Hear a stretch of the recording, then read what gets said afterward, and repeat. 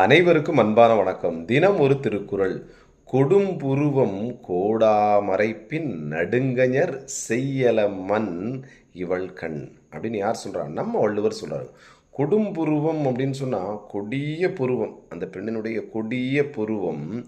கோடாமறைப்பின் அப்படின்னு சொன்னா, அதாவது ஒருவேளை வளையாமல் நேராக நின்று விட்டது என்று சொன்னால், நடுங்கஞர் அப்படின்னா நடுக்கம் தரக்கூடிய ஒரு துன்பம். செய்யலை அப்படின்னா செய்யாது. எது செய்யாது? அவளுடைய கண்கள் செய்யாது. அவளுடைய கண்கள் எப்படி இருக்கான்? அழகான கண்கள் அப்படியே பார்க்குது. சரிங்களா? அந்த பார்வை வந்து எப்படிமா ஒரு அம்பு போல் அப்படியே பார்த்துக்கிட்டே இருக்குது. மேலே இந்த வில் போன்ற இந்த புருவம் வளைந்திருக்கனால தான் இந்த கண் பார்வை அப்படி நேராக வந்து யாரம்மா ஒரு ஆளை வந்து தாக்குது.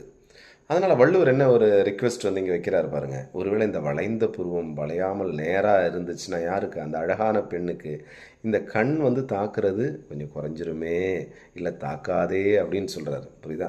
இந்த வளைந்த புருவம் இருக்குது, கண் விழி என்னம்மா அம்பு போல் தாக்குது. இது வந்து ராஜா சார் வந்து உள்ளே சேர்த்துக்கிறம்மா, அம்பு போல் தாக்குது. சரிங்களா? ஆனால் இந்த வளைந்த புருவம் அப்படியே இந்த பெண்ணுக்கு நேராக நின்றுது, அந்த கண்ணை வந்து ஒருவேளை கொஞ்சம் மறைச்சிது அப்படின்னு சொன்னால் இவன் வந்து ரொம்ப சேஃப்டியாக இருக்க முடியும் அப்படின்னு சொல்லி யார் சொல்கிறா? நம்ம வள்ளுவர் சொல்கிறார். சரிங்களா? கொடும்புருவம் கோடா மறைப்பின் நடுங்கஞர் செய்யல மண் இவள் கண். அவள் கண் வந்து தாக்குது. அடடா, இந்த புருவம் நேராக இருந்த ஒருவேளை தப்பிச்சுக்கலாமோ, தாக்காமல் நம்மளை காப்பாற்றுமோ அப்படின்னு யார் நினைக்கிறார்? நம்ம வள்ளுவர் நினைக்கிறார். சரிங்களா? நன்றி, வணக்கம்.